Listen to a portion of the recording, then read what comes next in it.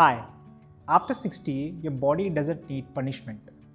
It requires a daily movement.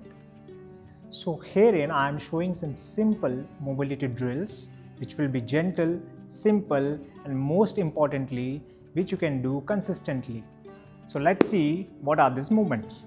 So we'll be first starting with the ankle mobility. So in mobility we'll be starting from bottom to top.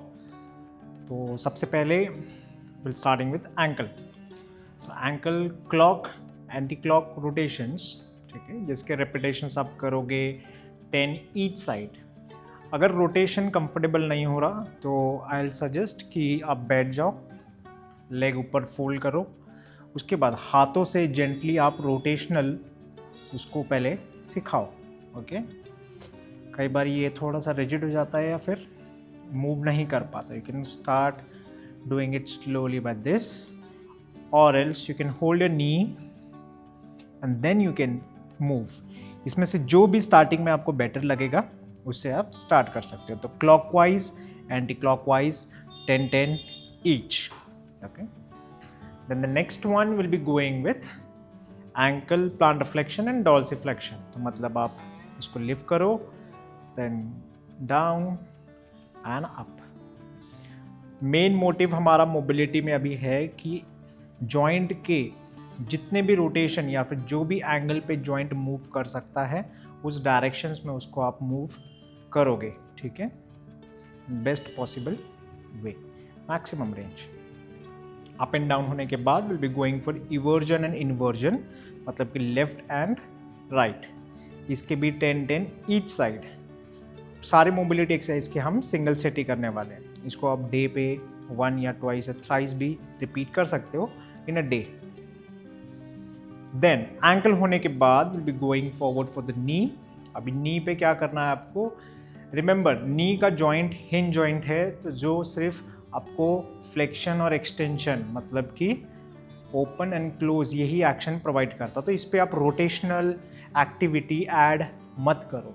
Okay, so simple नी के लिए क्या करोगे आप, open and close, flexion and extension.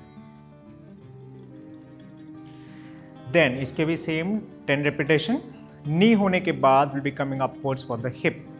अभी hip क्योंकि ball and socket joint है तो इस पर बहुत सारे रेंज कवर होते हैं. ठीक है, और यूजुअली ये बहुत रिजिड भी होता है क्योंकि बहुत डायरेक्शंस में वर्क करता है. तो यहाँ पे सबसे पहले हम स्टार्ट करेंगे लेग स्विंग्स के साथ. तो आप किसी चीज़ को ग्रैब करो, अगर बैलेंस अच्छा है तो you can rotate without support.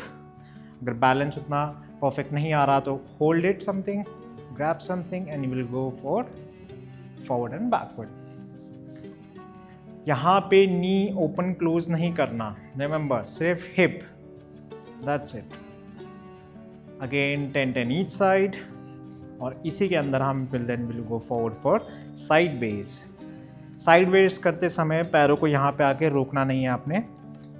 Late it rotate, flow in out. जैसे से रेपिटेशन बढ़ेंगे try to lift your leg upwards. Range बढ़ाने का ट्राई करो. परफेक्ट. जैसे ही हिप का स्विंगिंग हो जाए back and forward, next will be going for the hip rotation.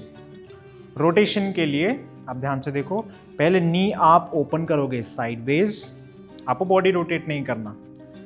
Open A knee sideways, lift up, forward. अब इसी को आप रोटेशनल वे में फॉलो करोगे. ट्राई करोगे अपर बॉडी जितना स्टेबल रहेगा उतना बेटर. ठीक है, clock anti clock same, then opposite.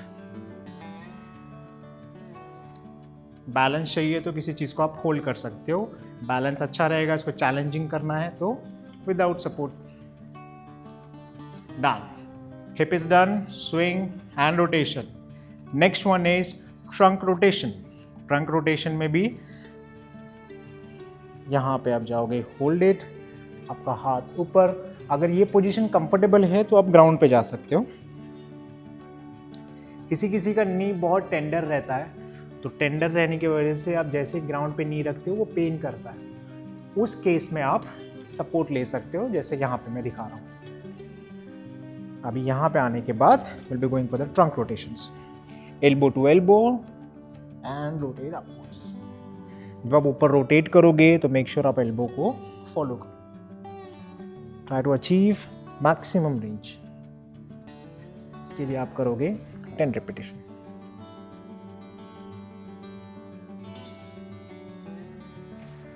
Perfect. So this is spiral rotations. अभी हम करेंगे लैटरल रोटेशन, लैटरल बेंडिंग। हाथ पीछे, chest upright forward, and then will start bending side to side. 1 2 3। इसके भी हम करेंगे 10 रिपीटेशन। यहाँ पे हमारा गोल है कि जो भी आपके जॉइंट है उसको आप, उसका जो रेंज है उसको मैक्सिमम आप यूज़ करो, या फिर उसका मैक्सिमम रेंज अचीव करने का ट्राई करोगे मोबिलिटी में। ये होने के बाद आप इसमें और ट्रंक रोटेशन भी ऐड करते हो स्टैंडिंग में। स्टैंडिंग ट्रंक रोटेशन कैसे होगा फिर? अगर आपको ये वाला कंफर्टेबल है तो you can go for the rotational work, मतलब कि ये वाला with the legs, arms and legs both together. 2 3। अगर ये भी कंफर्टेबल है और बेंडिंग में आपको कुछ पेन नहीं है, you can go with this as well, which is called windmills. Legs में बैलेंस आपको comfortable distance and you'll go with side to side. आप ये भी ऐड कर सकते हो। ये स्टार्टिंग में मैं इस तरह सजेस्ट नहीं करता, क्योंकि किसी को अगर बैक्स डिस्क इश्यूज होंगे तो उसको पेन एग्रीवेट कर सकता है, इसलिए will go for the safer side first, जो आपका सिटिंग पे या फिर स्टैंडिंग रोटेशन होगा। ये होने के बाद next will be moving forward for the shoulder rotations. Shoulder rotations या तो फिर आप फॉरवर्ड कर सकते हो सिंपल, यहाँ पे ट्राई करोगे हाथ कान के पास जितना आए उतना पॉसिबल। ये भी कर सकते हो, या फिर एल्बो के साथ ये भी कर सकते हो।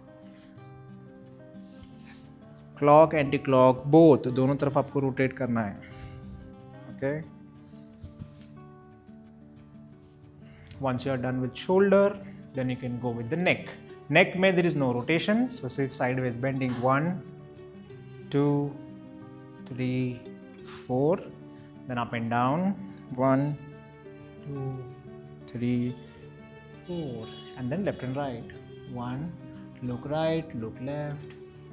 easy, यहाँ पे बिल्कुल भी effort नहीं लगना चाहिए, easy flow में जाओगे। जैसे जैसे बॉडी वार्म होने लगेगा आप उसके बाद रेजिस्टेंस बढ़ा सकते हो। Once you are done with the neck, you going for the wrist. Wrist में भी रोटेशन। अब रोटेशन करते समय आप ध्यान दो कि आपका एल्बो रोटेट ना करे, आपका रिस्ट सिर्फ रोटेट करेगा। क्लॉक, एंटी क्लॉक, सारे पॉसिबल रेंजेस।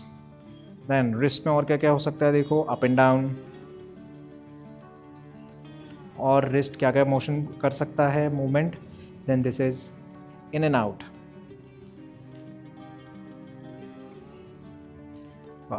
तो this is the simple mobility routine जो आप डेली कर सकते हो, और जैसे जैसे आप यूज टू हो गए इसको आप डे पे भी बढ़ा सकते हो कि वंस अ डे, फिर आप सेकेंड वीक में से ट्वाइस अ डे कर सकते हो, और ये एवरी डे भी कर सकते हो। I hope this helps. Thank you.